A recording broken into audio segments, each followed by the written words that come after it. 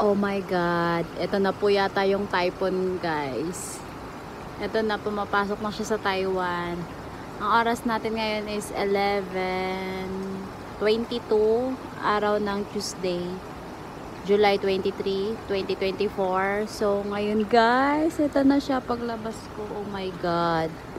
Ang lakas na ng ulan, guys. Kung naririnig nyo, madilim lang siya sa labas. Ayoko nang bumaba. Grabe yung lakas ng ulan, guys. Oh.